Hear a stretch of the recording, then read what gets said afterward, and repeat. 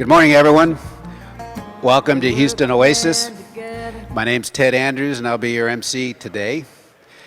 Traditionally, we start by highlighting one of our core values that define our community, and today I'd like to highlight people are more important than belief. I often think about that and wonder if all religions were to follow that simple core value, it would be a much nicer world. We've got a very good lineup for you today. For music, we have Leslie Waugh, and we're familiar with her music and love it. And we also have a main speaker, Jacob Atchison, a Houston Oasian, who will try to tell us that emotion and reason can coexist. Now that will be an interesting one to see if that's really true. I'd like to make a few announcements before we get started. One is to thank our volunteers that make the morning meeting possible.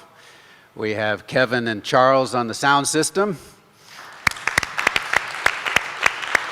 We have Jennifer at the welcome table. And we have Will and Rich back with the hat there for donations. Thank you.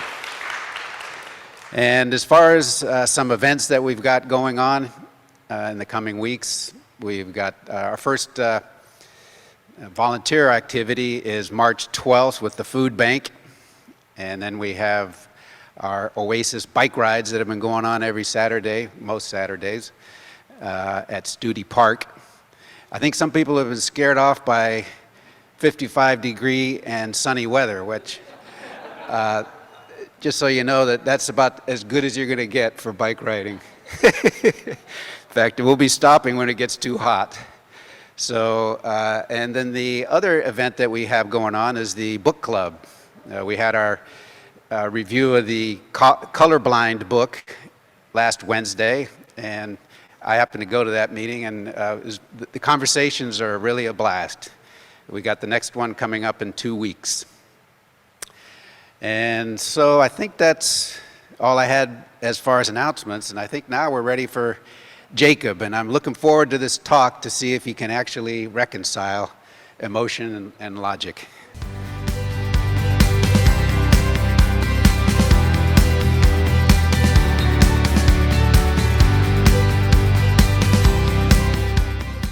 So I'm Jacob Atchison. Today I will be talking about how emotion and logic can coexist, and what I've called Emotion and Logic Can Have a Beer Together, subtitled Creating Emotive Mindfulness. But that's not as catchy as them having a beer together.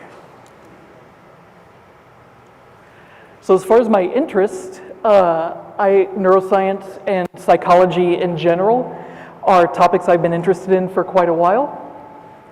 And I especially like to consider the cause from a cognitive level of human behavior. As far as skills go, I can speak authoritatively and with conviction, and as we've learned time and time again in the pandemic era, that's virtually indistinguishable from actual expertise. So on those merits, I have a PhD. In actuality, I am currently a second-year graduate student. So as far as disclosures, I am not encouraging or endorsing rational emotive behavior therapy as a one-size-fits-all approach when it comes to therapy. Rational emotive behavior therapy is just one of multitudes of peer-reviewed therapy techniques, and I underlined peer-reviewed for a reason, because they do have to undergo extensive peer review if they're to be actually done by a licensed mental health professional. People can come up with new techniques all the time, but you have to tell your team about it. And then the efficacy of therapy techniques is a highly subjective experience. It varies from one person to another. Maybe X technique works for one person, but not for Y. So the history of rational emotive behavior therapy, it was started by Albert Ellis in 1955 and initially called rational therapy. later referred to as rational emotive therapy. And then since 1992, it has gone by rational emotive behavior therapy, or REBT for short. And it's foundational for its more popular cognitive behavioral therapy. And it was rooted in Ellis's belief that people are not deterred by things, with the experience, but rather by their view of the experience. And then as demonstrative of my objectivity, some drawbacks is similar general critiques of all the soft sciences. And just for clarification of soft sciences means there's not hard data. You can find things such as math. It's a lot more subjective. Difficult to determine, being such a personal experience. And then what I have seen is potential exploitation and weaponization of the technique, as in maybe artificial mindfulness. Maybe someone is coming up with it because that's what they think they need to come up with. And then the other is emotions often occur at a subconscious level, so it can seem really difficult to kind of pinpoint. Now, as far as the efficacy, it has been shown to be an effective treatment for people who have purported struggles in the areas of addictive behaviors, aggression, anxiety, depression, phobias, and certain sleep disorders. One of the techniques that's used within this therapy approach is cognitive behavioral restructuring, which is a method under the REBT umbrella, which has been shown to promote awareness and mindfulness of actions and emotions through guided visualization. So essentially, talking out through an event. And then I put therapeutic implications, but this is really something anybody could do at any point if you just take the time for it. So we have the ABCs of rational emotive behavior therapy. We have the activating or adverse event, what happened, the belief, what is your perception of the event, and C, the consequences, what is the outcome upon further reflection of the belief. And then with the goal in mind is to start at the level of awareness and then bring it up to mindfulness.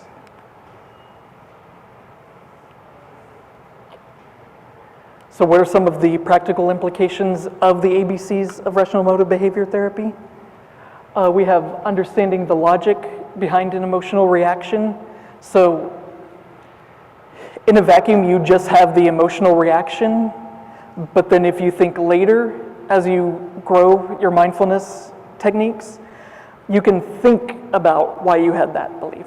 So for example, for the awareness level, we have stimuli and emotional response. So something happens and there's an emotional reaction. For an example, a couple of friends ride a roller coaster for the first time. Person A has fun, person B not so much. And then the next level is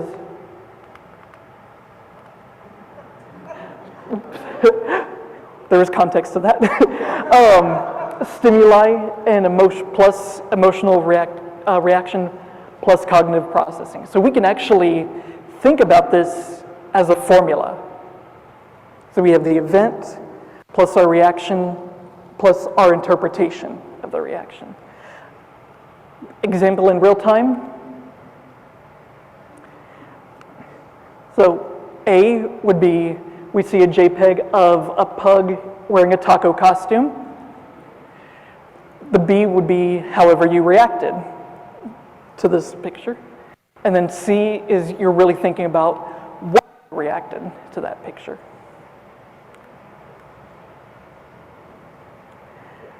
How often have we heard the term, facts don't care about your feelings? Yeah, it's one we've heard a lot. Well, the facts stand, our reaction to it and mindful thinking about it is heavily dependent upon the feelings. So let's think of reactions as a hot stove. You touch it, and then you pull your hand. Why did you pull your hand away? Because you don't want your hand to get really hot. You don't want that discomfort. So if we think of specific emotions, maybe something sad, as that discomfort, as that hot stove, we would do to avoid it. And then you have the activating event, like we said, the hot stove, and the emotional response. So it's we're recounting what happened, talking about it, how we felt, and then we're just further thinking, okay, why did we react that way? And emotional perception largely shapes the activating event in question. So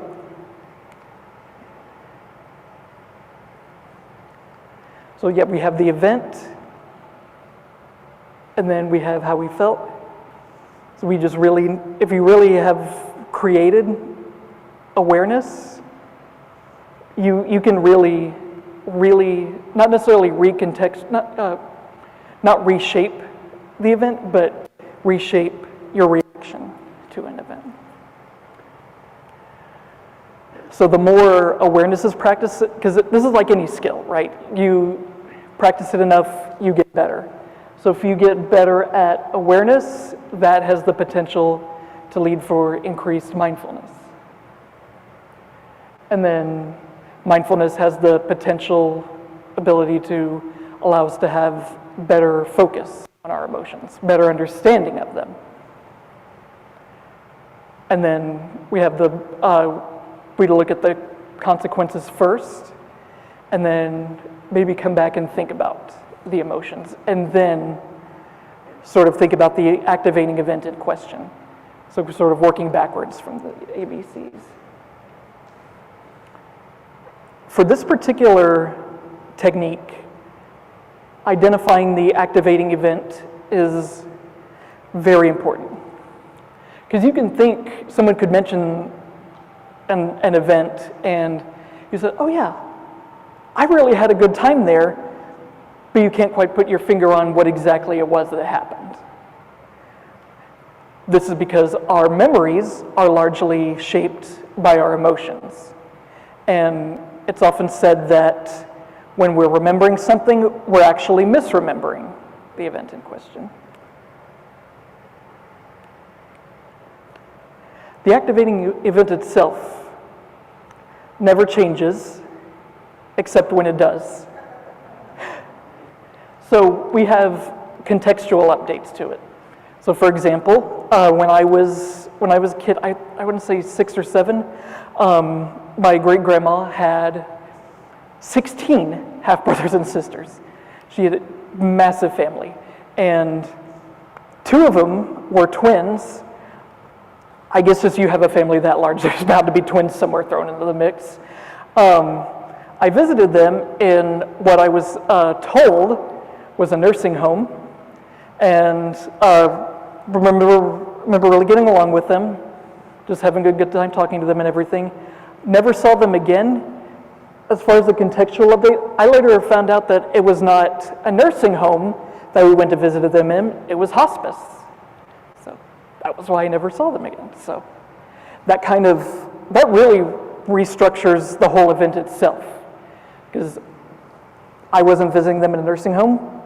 They were about to die, so I then had a different emotional reaction, and then the consequences of that are I reflect on all of that. And then, like I mentioned, the fallibility of memory, again, every time we remember an event, we're actually misremembering the event. And then if you have increased emotional awareness, you can sort of go back and pinpoint, okay, this is what I felt and why I felt this way. So in essence, if you really, really think about the initial emotional reaction, you can't alter what happened, but you can update context even without questioning the event.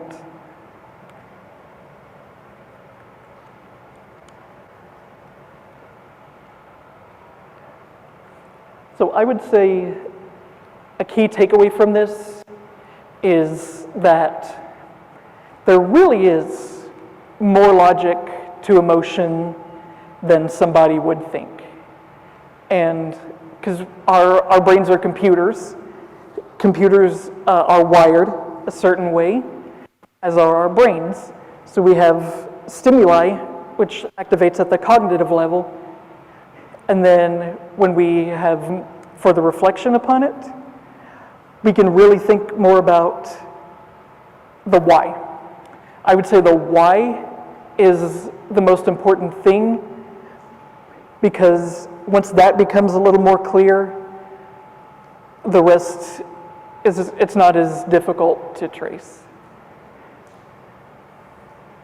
And then of course there was also changes in how we felt.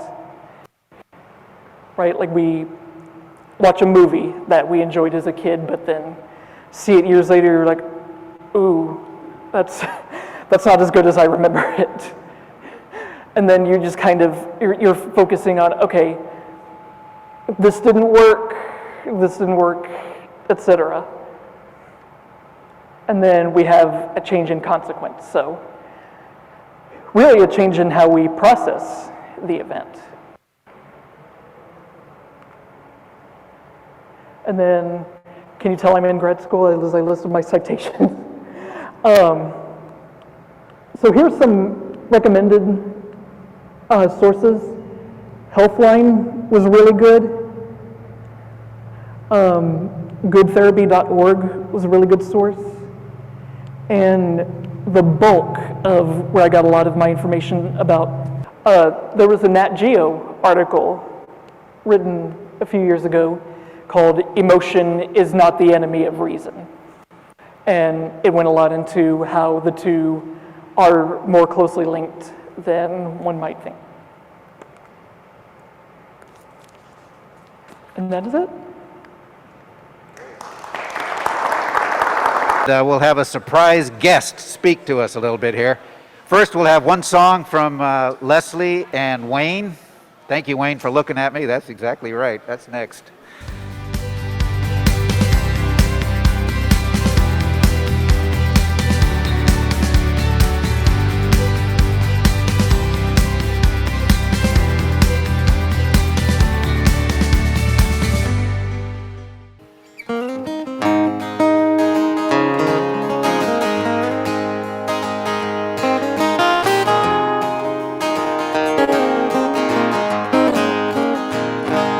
Wandering troubadour in need of rest,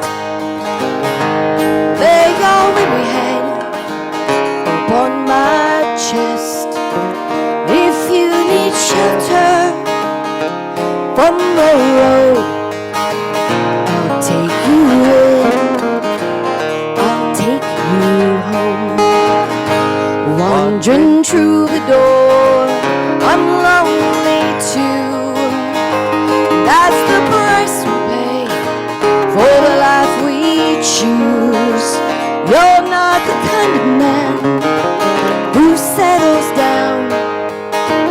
You love to roam from town to town. Let my love take you away from the dusk to the break of day. Put down your suitcase, I'll take your hat. I'll love you till the sunrise. Imagine that.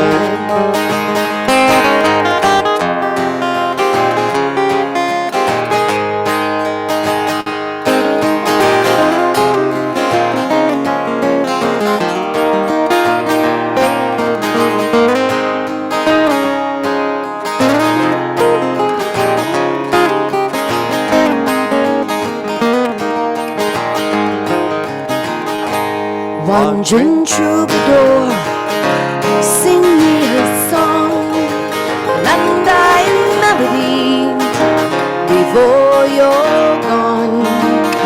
if I don't see you again, I'll be alright.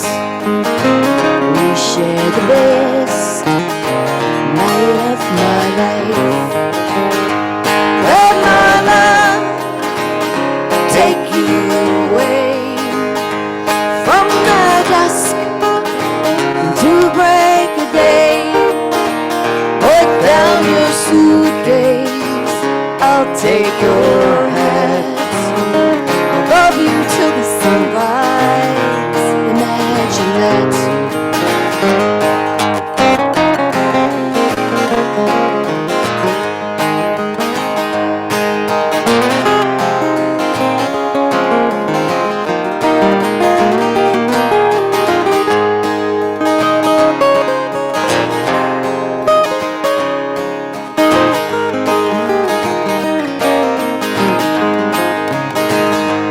Let my love take you away from the dusk until the break of day. Put down your suitcase, I'll take your hat. I'll love you till the sunrise. Imagine that. I'll love you till the sunrise.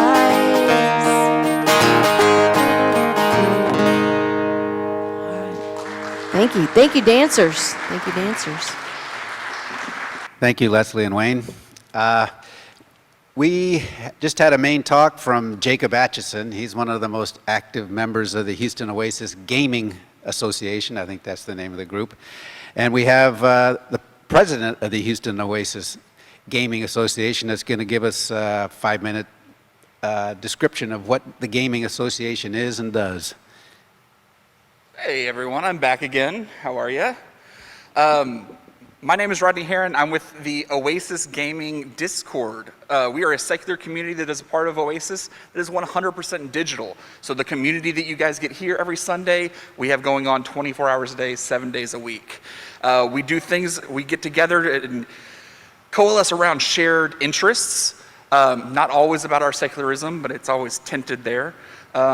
So we do gaming events, we do board games, video games, but we also have a channel. If you want to impress anyone with your Wordle guesses, we have a whole channel just for that. But anyway, we get together around shared interests and our love for rational thinking and community. So I invite you all to visit oasisgaming.org. If you'd like, you can download the Discord app. It is also on desktop. Once you do that, create an account, there will be a link, an invite link on our website. And you just click that, and you can become a part of our customized, semi-anonymous, culturally non-toxic community. We have accessible, free hosted events every Tuesday for video games, every Thursday for board games, if that's more your cup of tea.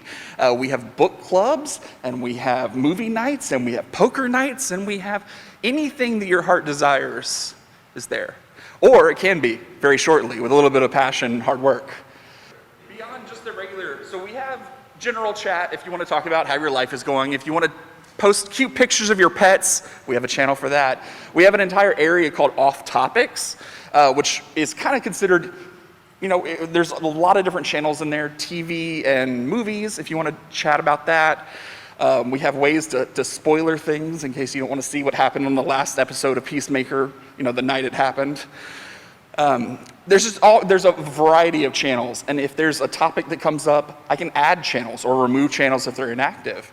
So really, any kind of topic that you might want to speak about, we probably have a channel that covers it already. Like you can always create an event, just say, hey, I'd like to play this with somebody, or hey, I'm streaming this. We can definitely make that happen. But most of the games that we play together are more accessible, free games. We play a lot of like Cards Against Humanity, Jackbox Party Packs, you know, those kind of things where it's very easy. Anyone with a browser can join us and not pay anything, not just come together, be a part of a community, have fun with people that you can trust. Well, what's so great about Oasis Gaming is since it is digital, it can be worldwide. It's not just for one region. So we have members in Malaysia, we have members in China, we have members really honestly all around the world. We have a community leader who lives in Finland. So whenever they join us for movie nights, it's 4 in the morning there. But we have D&D as well. We have literally anything your heart can desire, I'm telling you, we can do. Thank you so much, Rodney. I know we're all really interested. I know I am, and I wish that, I hope that Houston Oasis can promote you guys a lot more than we have up to now.